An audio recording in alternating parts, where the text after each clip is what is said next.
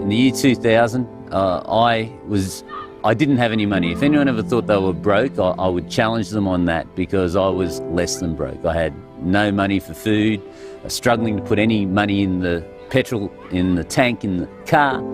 I'd have $2 or $3 in my pocket and I'd put it into the petrol geyser and hope it'd get me to the next block where I'd have to go to do my next job. That was how tough it was. I actually was in a place called Darling Harbour in Sydney, and what happened was I saw this Money Expo advertising going on. I went, money? I'd like to be exposed to some of that, as if I know what that would look like, quite seriously.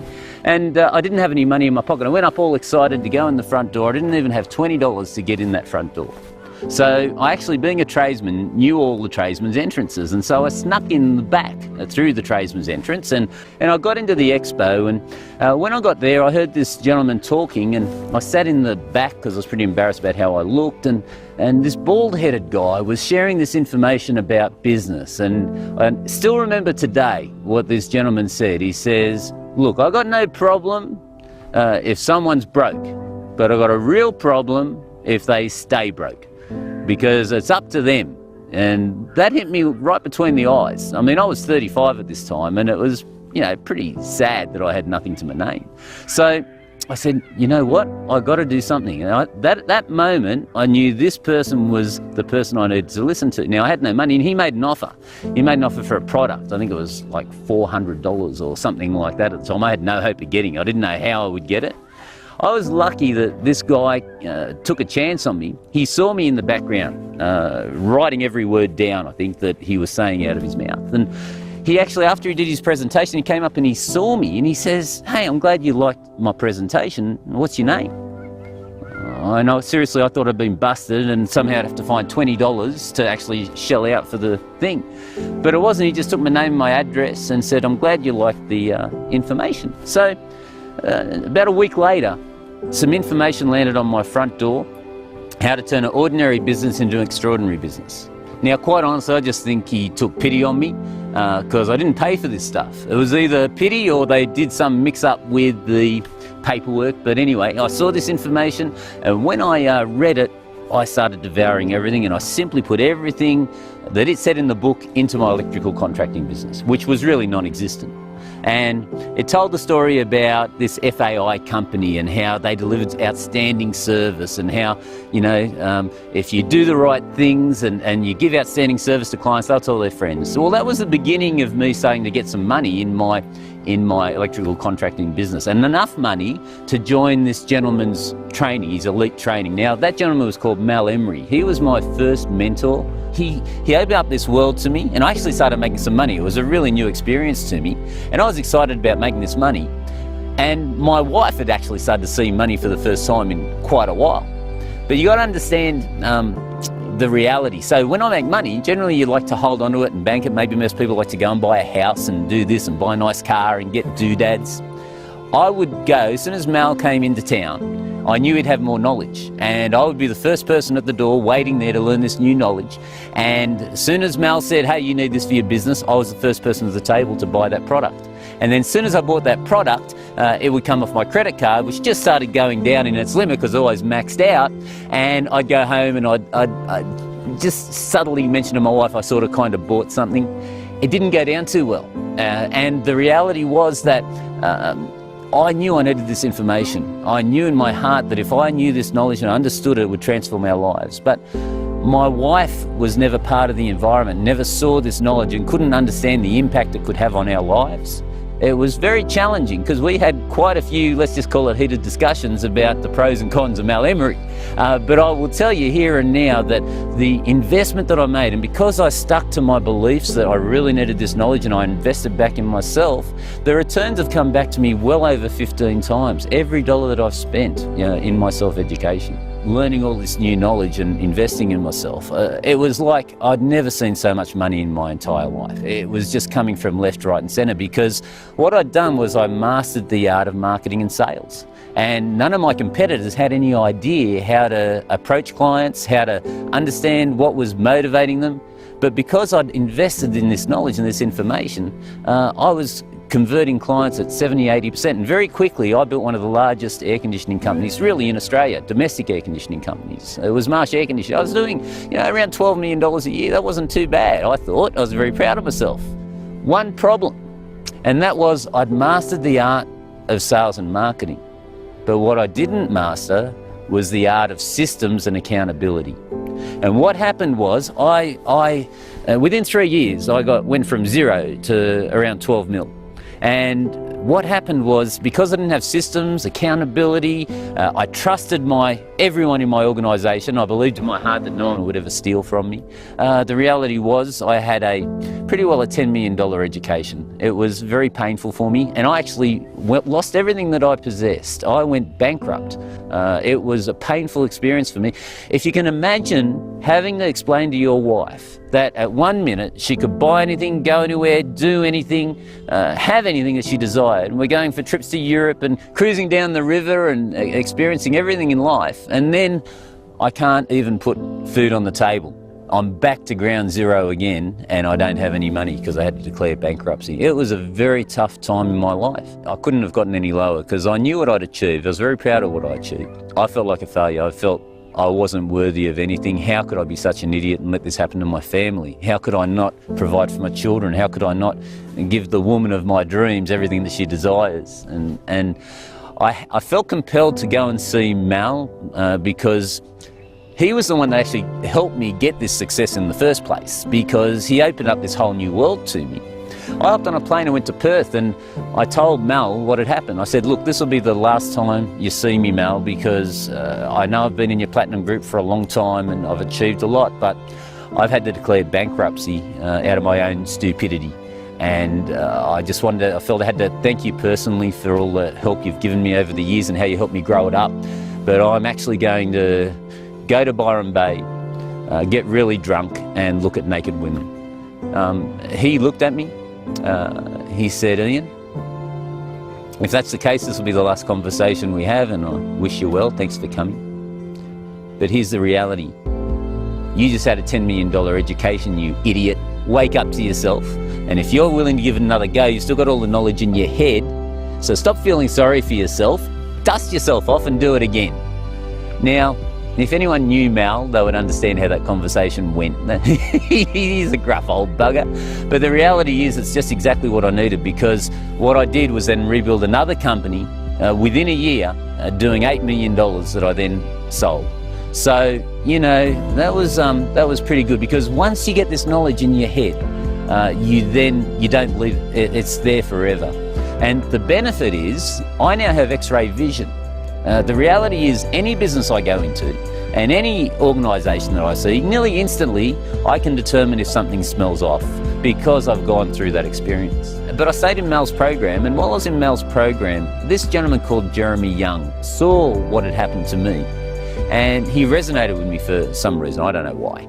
But he'd seen the progress that I'd had and the success that I'd achieved in my air conditioning companies. And he came up to me and said, Ian, I've seen what you've done. I've got a business and I'm in trouble, and I think you're the guy that could come and help me turn it around. This was on the Gold Coast. And I said, Jeremy, I'd love to help you, but I don't know how to save a business. You're talking to the wrong guy. Mal, I can introduce you to him. Go and see Mal. He's the guy that can help you. And Jeremy walked away, and I thought nothing of it. But about half an hour later, he came back to me again, and he said, Ian, I'm really in serious trouble now. I know you're the one that can help me fix my business. It's not Mal, I'm sure it's you. And I was flattered. I said, well, gee, thanks, Jeremy. But honestly, just not that I don't want to help you, but I've just never done this for anyone else. Please, let me take you over to Mal and let's have a chat. He goes, no, it's all right. And he went away again. But 5 minutes later, this same guy, he's a real man's man. He's a true blue Aussie, Tyler, came to me and he's got tears in his eyes. And he says, Ian, if you don't come and have a look at my business, I know you're the person that can save me from this situation. Not only will I lose my business, I'll lose my house and I'll lose my wife. Please, just one day, that's all I ask. I'll pay you whatever I have. I don't have much money, but I'll pay you whatever I have. Could you please come? Well, how do you say no to that? So I did go over there and I did have a look at his business, and I thought I'd done some dumb things in my first company, but I felt a lot better after I saw how he was running his organisation. I really was in shock. I gave him some guidance. I gave him a 10-step plan. His staff were taking advantage of him. He didn't have any structures in place. I mean, none. It was amazing. So I gave him some sales advice and I told him to hurry up and fix his team up and gave him a 10-point action plan to put in place. And when I handed it to him, I thought I'd never hear from him again. I wished him all the best. About 3 months later, Jeremy rings me out of the blue. He says, "Ian, I can't thank you enough." I go, "What? What are you talking about?" He says, "Ian, money's coming in left, right and centre. I've managed to pay back my debt. My wife thinks I'm a hero. I just can't thank you for your help, Ian. Anything you want, I just name it." Now, that was a company called Style Edge on the Gold Coast, and he went on to do some amazing things. At that moment, I lost all interest in the air conditioning industry and knew that my mission was to go and help business owners improve their company. And that's how I then went into consulting. I went home that afternoon, I said, "Honey, we're not doing air conditioning anymore. I'm going to become a full-time business consultant." And yeah, you can imagine the conversation that happened when I said that. I opened a business called Tradesman Profits. I was helping these tradesmen, and very quickly I was making incredible money and loving the world of consulting, but I was helping all of these tradesmen that had no idea how to run their business, and I was transforming their lives. Every day it was just another success story. I was in my element, but then the tables turned. You see, my mentor, the gentleman that had opened up this new world to me, he was in trouble.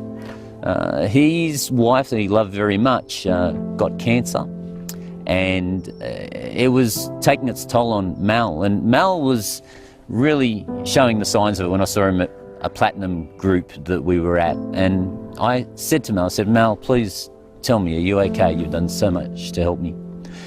Mal shared with me, he shared how his wife got cancer and how it was really having an effect on him.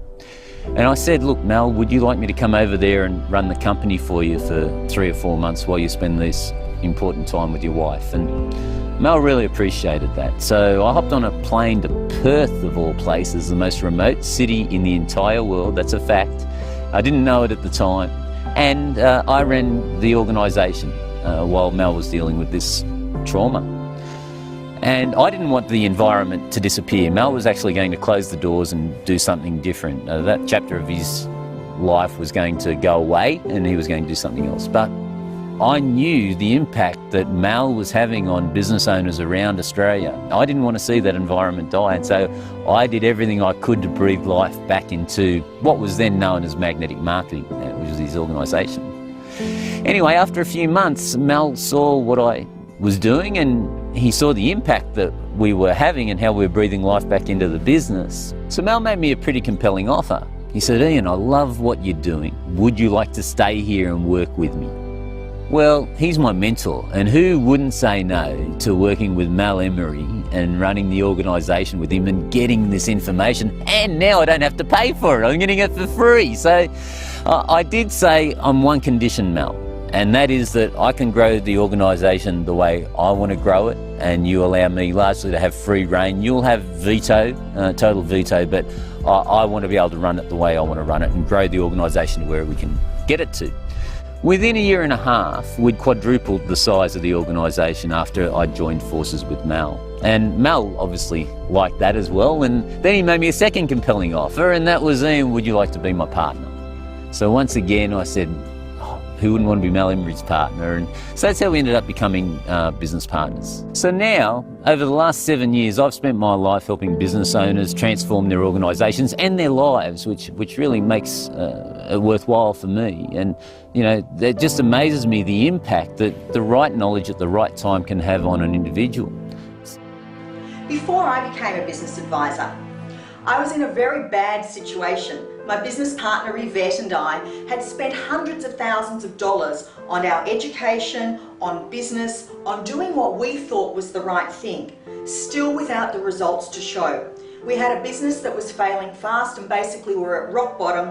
So after the training, what's happened for us? Well, as I said, we were at zero. In 8 short months, we went from zero to a 5-figure income per month, so that's a 6-figure rate per annum. we were ecstatic. So when you can apply that sort of knowledge across that broad range of business, you know that it works, and I feel really confident with it. Working with Ian is exceptionally good. He's very supportive. He's supported me in my journey as being an advisor. First time I got the email from Ian, it was to actually have a system to earn 6 or 7 figures and have a life. I thought, wow, that sounds really good, and it's something that I can do. There's a cost to even doing Ian's course, and at the time I was owed so much money and I didn't have it. But I signed up anyway and figured one way or another I'll get it. After 12 months it was almost like a light switch, learning how to work with the right client and attract them to you. Then it's really started to ramp up very quickly in the last few months. Very much on track to mid-6 figures again. There are other people out there that don't know what to do in their business. So there are other people out there that need that help. And that's when I found Ian. And that's when he told me about the advisor program and told me he can really help people and change their lives. And that was it. That was my tipping point, my turning point. I knew that that's what I wanted to do, and to help people and to take control of our lives as well. Now, being an advisor, we look after ourselves. I can spend more time with the family, and I can choose the hours and when I actually want to work. And if you want it badly enough, go and get it. There's nothing worse than going flat out 100 mile an hour the wrong way.